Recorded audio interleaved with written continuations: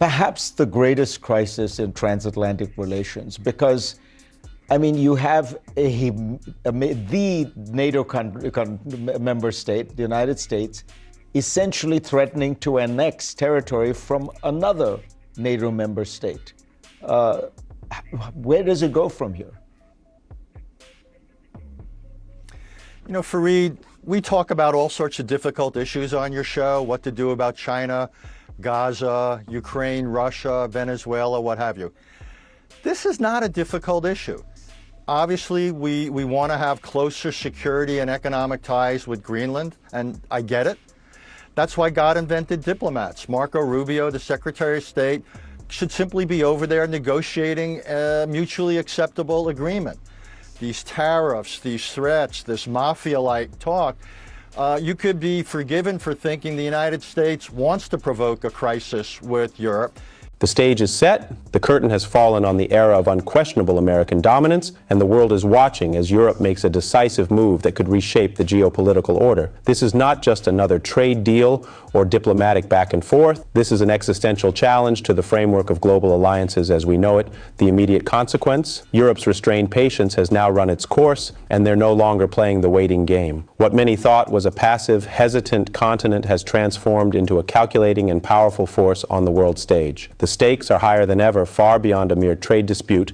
We are witnessing a global reckoning that could forever alter the balance of power. The choice to confront this new reality head-on wasn't an easy one, but make no mistake, it was inevitable. Just last week, Europe achieved something that many thought impossible, a sweeping trade agreement decades in the making with Brazil, Argentina, Paraguay, and Uruguay. This is no small deal. It creates a free trade zone of over 700 million people, setting the stage for Europe to diversify its economic and diplomatic relationships like never before. It's a sharp departure from the old order, a rejection of the America First rhetoric that has dominated global politics in recent years.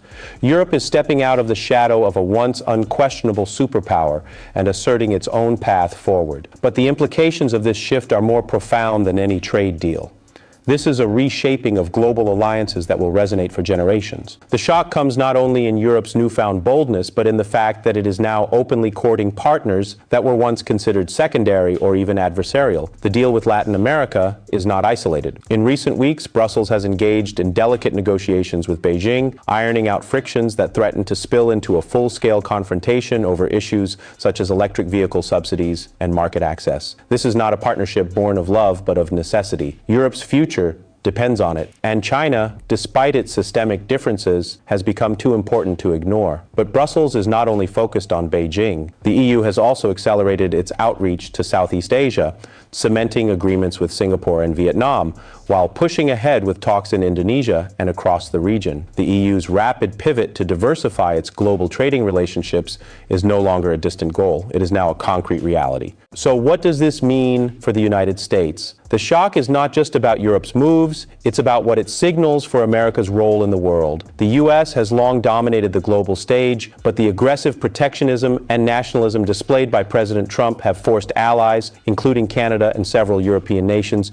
to reevaluate their reliance on Washington. Trump's tariffs, threats to reopen trade deals, and reckless declarations about annexing territories like Greenland have shattered trust, driving key partners to seek alternatives. In Canada, for example, Prime Minister Mark Carney has openly declared that the country must distance itself from the U.S. and diversify its economic ties. The days of Canada's overwhelming dependence on American trade are over. The current administration in Ottawa understands that its future must include a broader range of international partners if it hopes to weather the storms of trade wars and economic uncertainty. This shift is not a mere adjustment, it is a strategic pivot. The message is clear. Washington's allies are beginning to recognize that their future doesn't lie in an increasingly unpredictable relationship with the U.S. The immediate shockwave is the collapse of a long-standing global order, one built on American dominance. A new reality is dawning, and it is being shaped not by the whims of a single power, but by a growing coalition of nations that are adapting to a rapidly changing global landscape. This isn't just a diplomatic issue. It is the unraveling of the world order as we know it, and the implications of this shift will be felt for generations.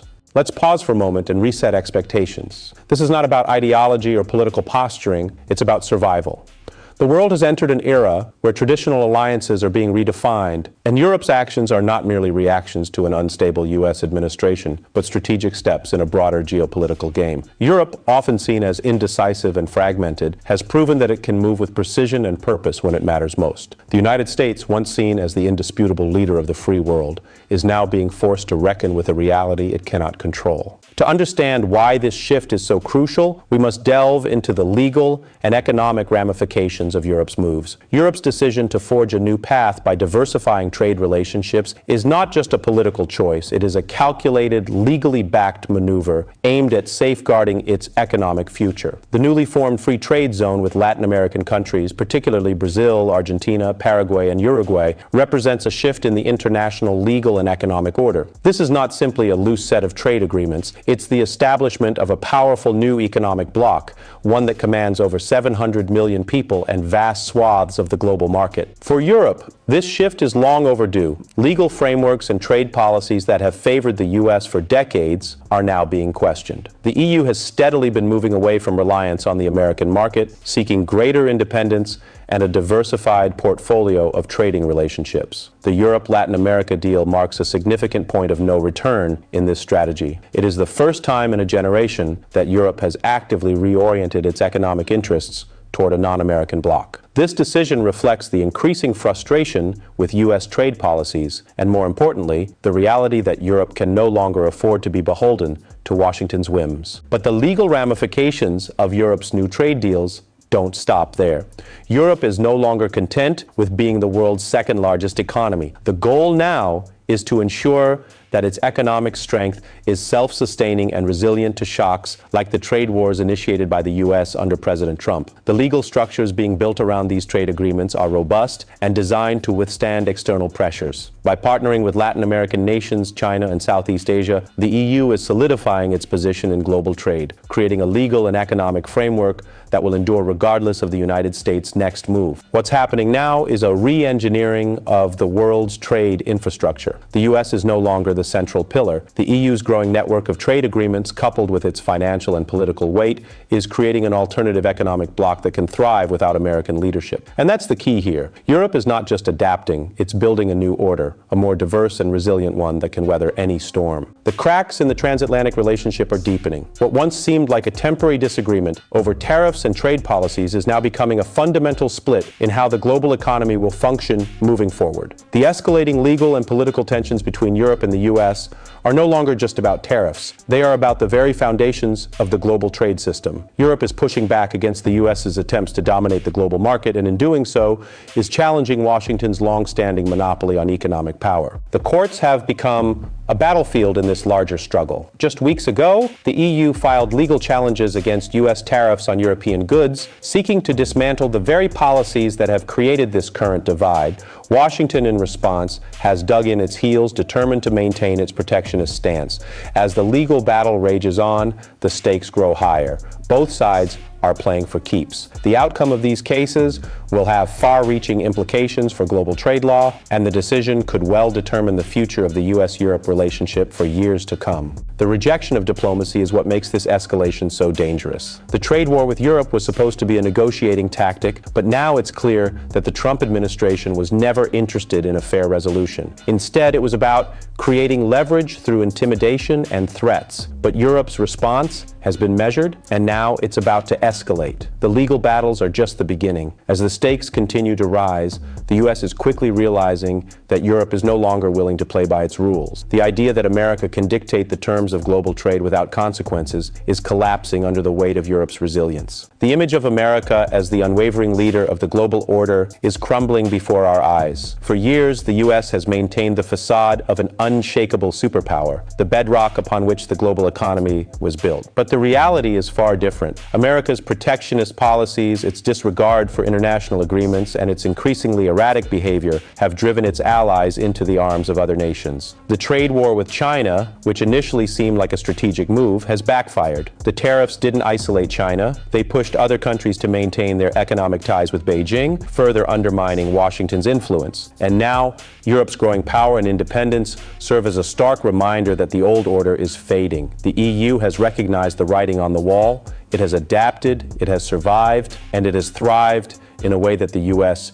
simply cannot replicate. The consequences of this shift are undeniable.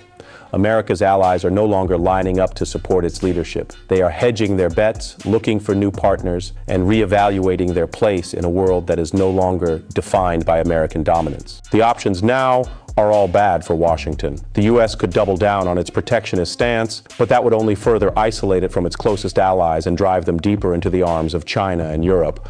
Or it could backtrack and attempt to salvage what's left of its relationship with Europe, but that would require reversing policies that have already caused irreparable damage to trust. Either way, the U.S. finds itself on the defensive, scrambling to reassert its place in a world that is increasingly indifferent to its demands. What we are witnessing is a dramatic shift in the global order, one that will have profound consequences for years to come. The rule of law is being redefined as Europe and other nations refuse to bow to America's economic pressure. The very institutions that have governed global trade for decades are being challenged as countries realize that they no longer have to play by Washington's rules. The political and institutional fallout from this shift will be immense.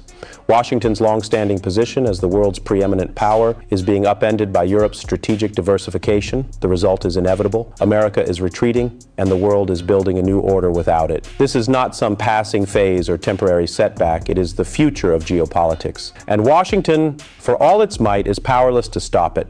The U.S. may still hold incredible military and technological advantages, but in the realm of trade, diplomacy, and global governance, it is losing its grip. The era of unquestioned American dominance is over. The world has changed, and America is no longer in control. The political, legal, and economic consequences of this shift will be felt for decades to come. The only question now is how quickly Washington will adapt to a world where it no longer calls the shots. The collapse of the old order is complete, and the future belongs to those who are willing to lead without America.